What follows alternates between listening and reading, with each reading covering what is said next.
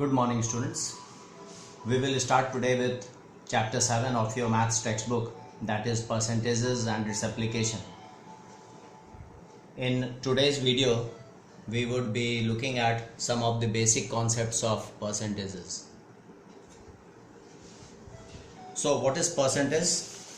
The word percent means per 100. That means out of 100.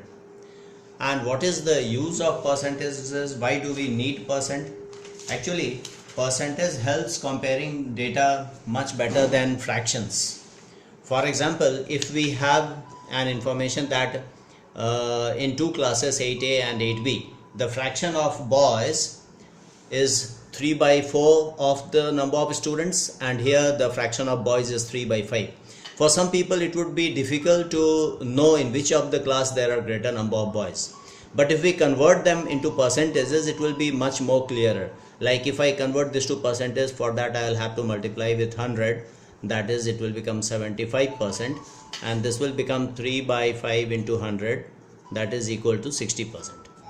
So now it is very easy to see that the percentage of boys in class 8A is more. That means there is a greater number of boys in class 8A than in class 8B.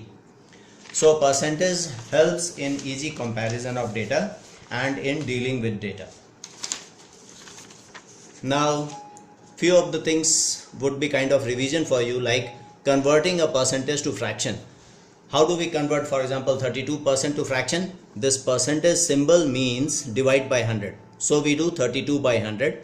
Then we reduce the fraction to lowest form. It becomes 8 by 25.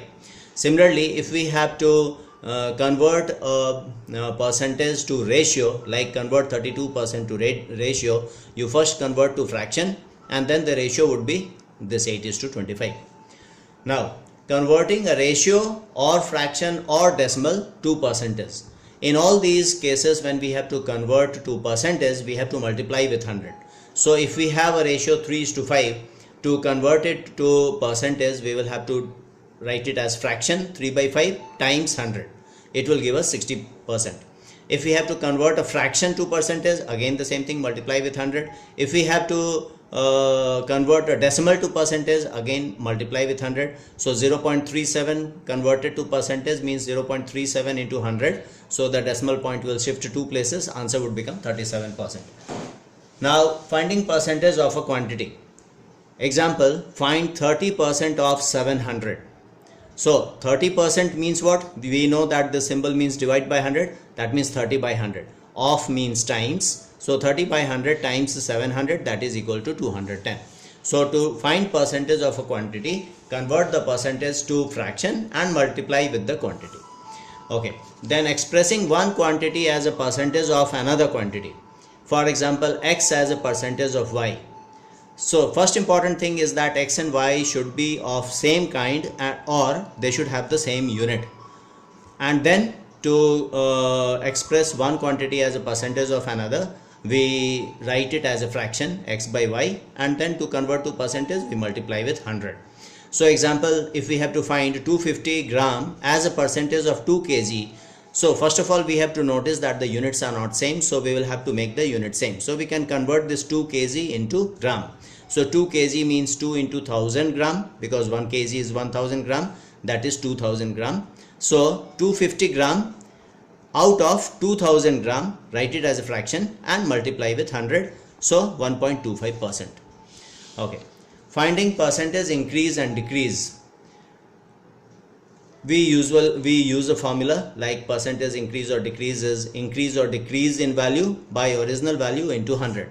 For example, if your marks increases from say 85 to 91, so what is the percentage increase? So the increase value is 6 marks. So 6 marks out of the original or the beginning marks, that is 85. So 6 out of 85 into 100. Then you will simplify and you will get the answer in percentage. Now increasing or decreasing a value by a percentage, say for example x%. So in that case the final value will be 100 plus the percentage increase divided by 100 times the original value. So if it is increase, then we do 100 plus x. If it is decrease, then we do 100 minus x. then we get the multiplying factor and multiply with the original value. I can explain that with an example. So we want to increase 300 by 8%. So 8% increase means 100 plus 8 by 100. That is the multiplying factor. Multiply with the original value, that is 300, and you will get the final value 324. Similarly, if we have to decrease 300 by 8%, then we will do 100 minus 8, that is 92 by 100, that is the multiplying factor, times 300, and we will get the final value, that is 276. So this is how we can increase or decrease a value by a percentage, by finding the multiplying factor and multiplying with the original value. Okay, so now you should start attempting questions from exercise 7.1 in your maths textbook. That is one thing. Second thing is that you all have registered yourself with MindSpark. That's a software. I believe you all have created login ID and password. So you need to log in to that software on a daily basis and practice questions from there. It's a wonderful opportunity to enhance your mathematical ability using that software. So do that.